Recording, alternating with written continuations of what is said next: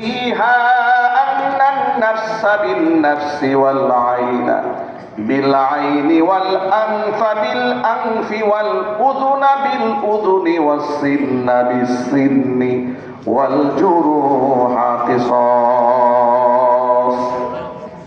মানুষের জন্য আল্লাহ পাকের দেওয়া আইন, জানের বদলায় জান। কেউ যদি কাউরে হত্যা করে বিনিময়ে তাকেও হত্যা করা হবে।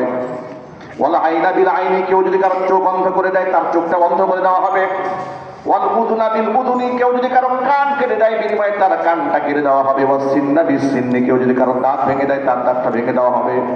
ওয়াল আনফা বিল আনফি, কেউ যদি কারো নাক ভেঙে দেয় তার নাকটা ভেঙে দেওয়া হবে। ওয়াল জুরুহা কিসাস, কেউ যদি কাউকে আঘাত করে হুবহু আঘাতটাকে ফিরিয়ে দেওয়া হবে। এটার নাম ইসলাম। এটার নাম কি? এটার নাম ইসলাম, এবং এটার নাম হচ্ছে ইনসাফ। এটার নাম কি? ইনসাফ। এটার নাম ইনসাফ, এটার নাম ইসলাম। ইসলামে রয়েছে ইনসাফ।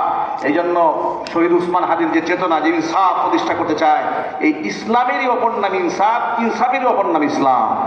ঠিক না? মেরে জুড়ে বলেন। ইসলাম ছাড়া কি কোনোদিন ইনসাফ আশা করা যায়?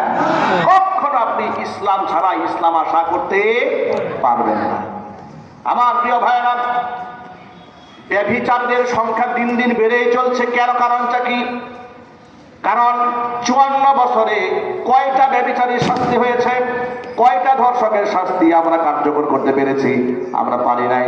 যত বড় খুনি আর যত বড় আসামি জেলখানায় যাক না কেন, যদি টাকার জোর থাকে আর ক্ষমতার জোর থাকে, তাহলে তারা পার পেয়ে যায়।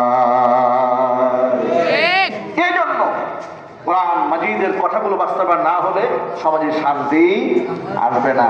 আল্লাহ পাক যেন কোরআন সুন্নাহ ভিত্তিক সমাজ বিনির্মাণের তৌফিক আমাদের দান করেন। একটু জোরে করেন আল্লাহুম্মা আমিন। আল্লাহর নবী কেমন ইনসাফ প্রতিষ্ঠা করেছেন ছোট্ট একটা এক্সাম্পল দেই।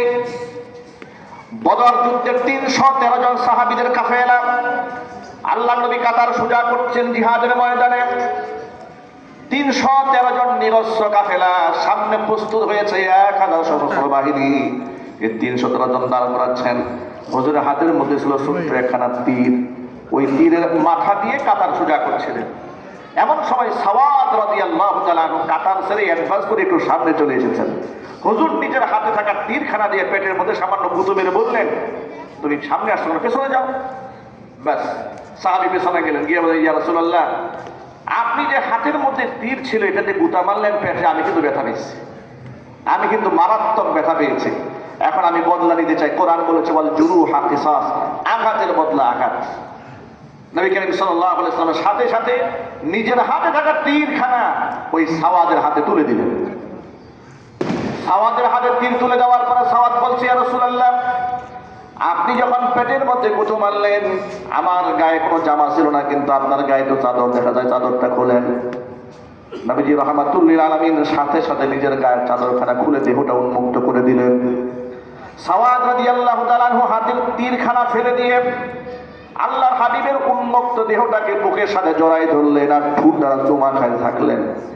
আর বলতে থাকলেন, ইয়া রাসূলুল্লাহ, ইয়া হাবিবাল্লাহ, যার মহব্বতে ঘর ছাড়লাম, বাড়ি ছাড়লাম, জীবন উৎসর্গ করে দেওয়ার জন্য এলাম, শাহাদাতের পেয়ালা নিয়ে দাঁড়িয়ে গেল, তামান্না নিয়ে দাঁড়িয়ে গেলাম, সেই নবীর কাছ থেকে বদলা নেব আপনি কল্পনা করলেন কি করে? ইয়া রাসূলুল্লাহ, সংখ্যায় মাত্র 313 জন, আমরা সামনে 1000 সশস্ত্র বাহিনী। গাজী হয়ে বাড়ি ফিরতে পারবো কিনা জানি না।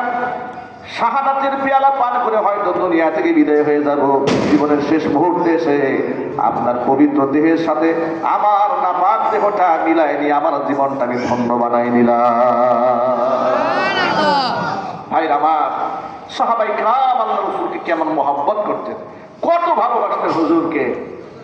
ও আমার ভাইরা, মা বোনেরা, আল্লাহ নবী সাল্লাল্লাহু আলাইহি সাল্লাম ইনসাফ কায়েম করেছেন। যখনই সাওয়াদ বলেছে বদলা নিতে চায়, হুজুর সাথে সাথে হাতের মধ্যে তুলে দিয়েছেন। আর আল্লাহ নবী জীবনের শেষ মুহূর্তে এসে সাহাবীদেরকে বলে বেড়াতেন, ও সাহাবীরা, আমার সাথে যদি কারো লেনা দেনা কোনো বাকি থাকে তোমরা পাওনা মিটায় নাও। সুবহানাল্লাহ। ভাইরা আমার,